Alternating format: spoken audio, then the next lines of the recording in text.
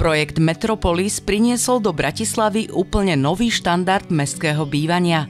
Po 4 rokoch sa vízie a plány premenili na skutočnosť a adresa v novom centre nášho hlavného mesta na križovatke ulic Botova a Chalúbkova už postupne víta svojich obyvateľov. Náš projekt je vymýšlený tým, že byl vymýšlený od samotného počátku, aby ponúkal čo najviac svojmu užívateľa. A sa týka ten komfort toho života, a sa týka tá veľkosť toho projektu, ktorá je na lidský úroveň, nízky provozní náklady, udržiteľnosť a hlavne, když spojíte všechny tyto faktory, tak ta investice do toho bytu nebo do toho obchodu vám bude se hodně zhodnocovat v budoucnosti.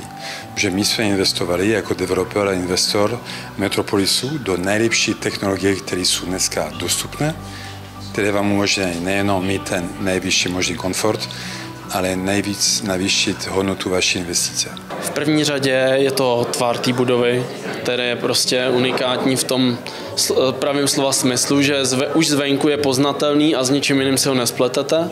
A potom určitě použitý technologie a kvalita těch jednotlivých vybraných technologických zařízení domů, který jsme, když řeknu, dlouhodobě vybírali, jezdili jsme do fabrik, dávali jsme tomu opravdu péči, aby ty věci, které tady budou použitý, byly už oskoušený, ale zároveň inovativní a nový. Tady je unikátní systém, dá se říct, protože většina budov takhle velkého typu má centrální systém vzduchotechniky.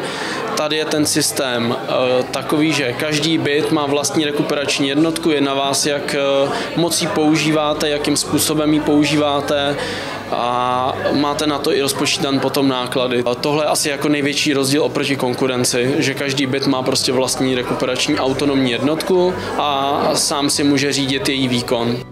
Samotná stavba síce nevyniká výškou, ale určite architektúrou.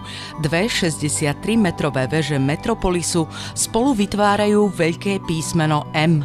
Ich dizajn pochádza z dielne pražskej kancelárie pod taktovkou slovenského architekta. Juraj Sonleitner, který je architekt tohoto projektu, je jeden z mých nejbližších přítel.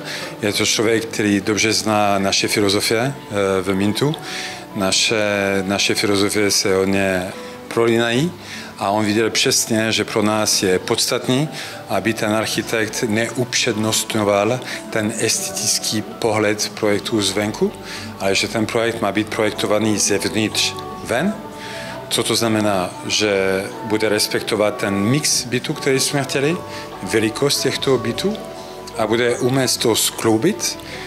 Takový to pragmatický, matematika toho developera, ale bude dokázat vytvořit genius loci toho projektu a jeho externí aspekt, neboli ta venkovní architektura.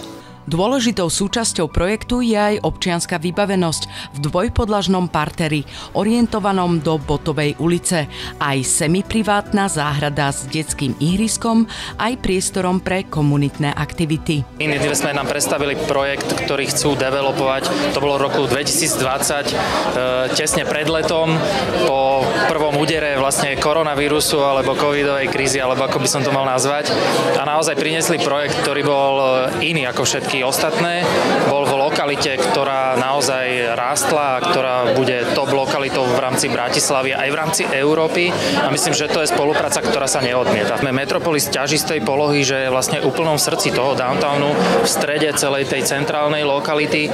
Bohužiaľ tie okolnosti na trhu, ako bola vojna, koronavírus, zvýšené úrokové sadzby spomalili výstavbu a spomalili vývoj tých okolitých projektov, ale ja prajem všetkým, nech im to všetkými ide čím rýchlejšie, aby naozaj tá lokalita bol čím skorej dokončená. Ja si myslím, že do 5 až 10 rokov tá lokalita zase bude vyzerať úplne inak. Bratislava naozaj sa vyvíja veľmi rýchlo a tento downtown nemá konkurenciu v žiadnom európskom meste. Nikde sa nestavia v takom rozmere, tak rýchlo, tak moderné stavby ako v Bratislave. Projekt Metropolis obohatil centrum mesta o výnimočný architektonický koncept, ktorý spája súčasný dizajn s najnovšími technológiami.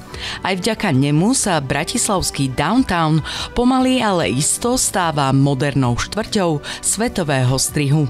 Martina Fröhlich-Činovská, televízia Bratislava.